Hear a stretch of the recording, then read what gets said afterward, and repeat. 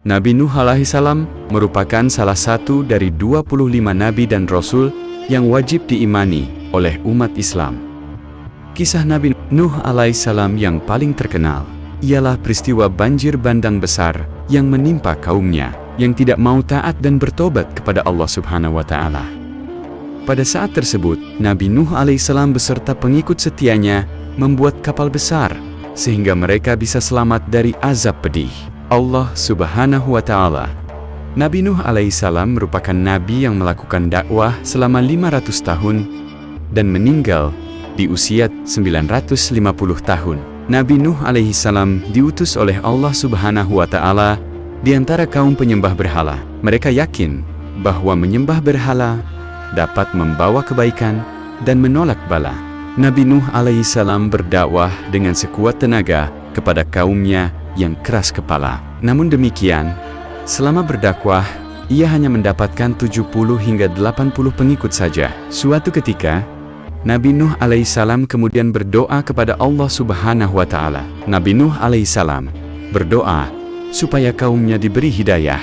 Allah Subhanahu wa Ta'ala mengabulkan doa tersebut dan memerintahkan Nabi Nuh dan pengikutnya untuk membuat sebuah perahu besar. Nabi Nuh alaihissalam dan para pengikutnya yang setia akhirnya membuat perahu di atas bukit. Mereka menebang pohon dan menggunakan kayu-kayunya untuk membuat kapal. Kaum Nabi Nuh alaihissalam yang keras kepala malah mengolok-olok pekerjaan tersebut. Mereka bahkan berani melempar kotoran kepada Nabi Nuh alaihissalam dan para pengikutnya ketika mereka sedang membuat kapal. Setelah perahu Nabi Nuh alaihissalam selesai, beliau kemudian mengajak seluruh kaumnya untuk masuk ke dalam perahu. Nabi Nuh alaihissalam juga membawa serta seluruh jenis binatang, masing-masing sepasang untuk setiap jenisnya. Selain itu, Nabi Nuh alaihissalam juga membawa benih tumbuh-tumbuhan. Hal ini supaya kelak jenis hewan dan tumbuhan tersebut tetap bisa berkembang biak. Awan pun mulai mendung, disusul dengan suara gemuruh halilintar. Hujan lebat pun turun amat lebatnya, dan konon tak kunjung reda sampai 3 hari lamanya. Hingga akhirnya terjadilah banjir bandang. Kapal Nabi Nuh alaihissalam mulai terangkat karena air mulai membanjiri daratan. Tidak ada tempat yang aman dari banjir saat itu kecuali kapal Nabi Nuh alaihissalam. Pada saat banjir bandang terjadi, semua anak Nabi Nuh alaihissalam berada di dalam kapal kecuali Kanan. Ia termasuk dalam kaum pembangkang yang menolak ajakan Nabi Nuh alaihissalam, ayahnya sendiri. "Hai anakku, marilah ikut bersama kami. Janganlah engkau turut bersama orang-orang kafir," kata Nabi Nuh alaihissalam mengajak Kanan. Namun dengan sombongnya, Kanan menolak ajakan ayahnya. Saat banjir bandang semakin tinggi, Kanan tak luput ikut terombang-ambing. Ia hanya menggunakan sebilah kayu untuk tetap mengapung. Nabi Nuh alaihissalam sempat berteriak memanggil anaknya tersebut agar naik ke atas kapal. "Naiklah ke perahu bersamaku," ajak Nabi Nuh alaihissalam. Akan tetapi, Kanan tetap menolak dan terus berenang ke arah gunung.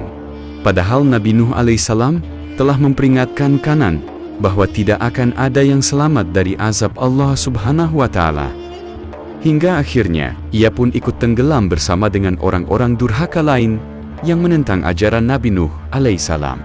Nabi Nuh alaihissalam sangat bersedih dan menyesali sikap putranya yang tetap keras sampai saat terakhir menjelang ajalnya. Allah Subhanahu wa Ta'ala kemudian mengingatkan dan menghibur Nabi Nuh alaihissalam meski putranya adalah keluarga sendiri. Namun ia termasuk kafir karena menentang ajarannya.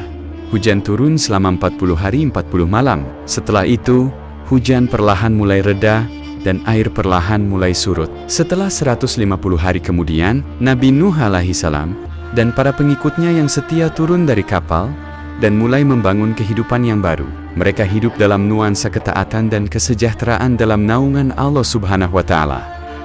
Keturunan Nabi Nuh alaihissalam pun semakin banyak dan menyebar ke seluruh pelosok bumi. Kisah Nabi Nuh alaihissalam memberikan pelajaran yang mendalam tentang kepatuhan kepada Allah Subhanahu wa Ta'ala, kesabaran, keteguhan dalam berdakwah, dan tawakal kepadanya. Hal itu semua adalah nilai-nilai yang dapat diterapkan dalam kehidupan sehari-hari untuk menjalani hidup yang lebih bermakna dan bertanggung jawab di hadapan Allah Subhanahu wa Ta'ala.